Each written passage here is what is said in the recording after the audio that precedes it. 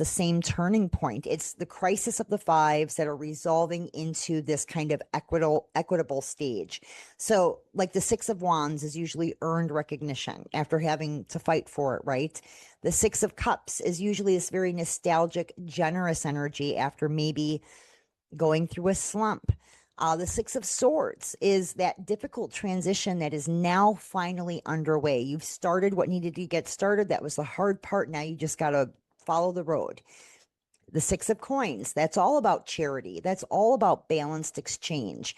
I think six candle workings are very simple and very effective. A six candle working for harmonization in the home. I have a client right now who has a teenager that is just losing her damn mind. And I actually am going to be recommending she do a six candle working for harmonization in her home. Reconciliation work. I think six candle workings are good for reconciliation, probably more so in, again, the home environment. So, like, stress relations between a parent and a child, spouses, home environments.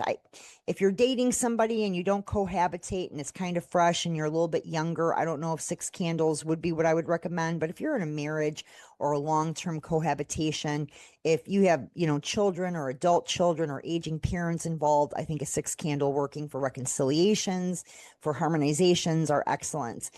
If you're not tracking them, things get, wibbly wobbly with our memories.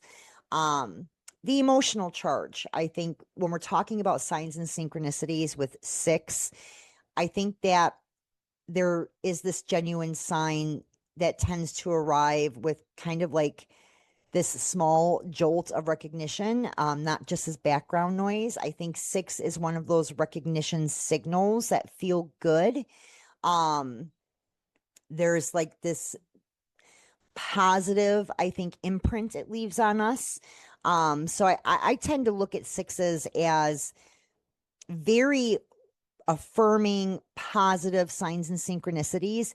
Sometimes they are pointing us in a direction to pay attention to something that we might need to get in front of, but that's a good thing too, because now we're able to get in front of it and minimize maybe something negative or resolve something before it becomes negative. Does that make sense? So I like seeing six. I think, seeing six in the wild is a very good affirmative for us. It's letting us know that there's balance and just to keep doing what we're doing. So working the shadow, and I titled this one Devotion Tips Over, and I'm trying to remember why. Today's been a day, you guys. So, every number does have a shadow for in this. Yeah, we want them to apologize to us.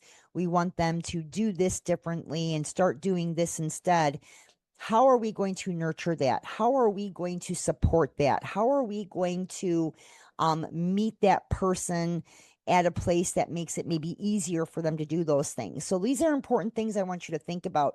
And when you're closing this hexagon of harmony, I want you to name that out loud using your sacred syllables, your sacred words, your sacred sounds. How are you going to include yourself in this?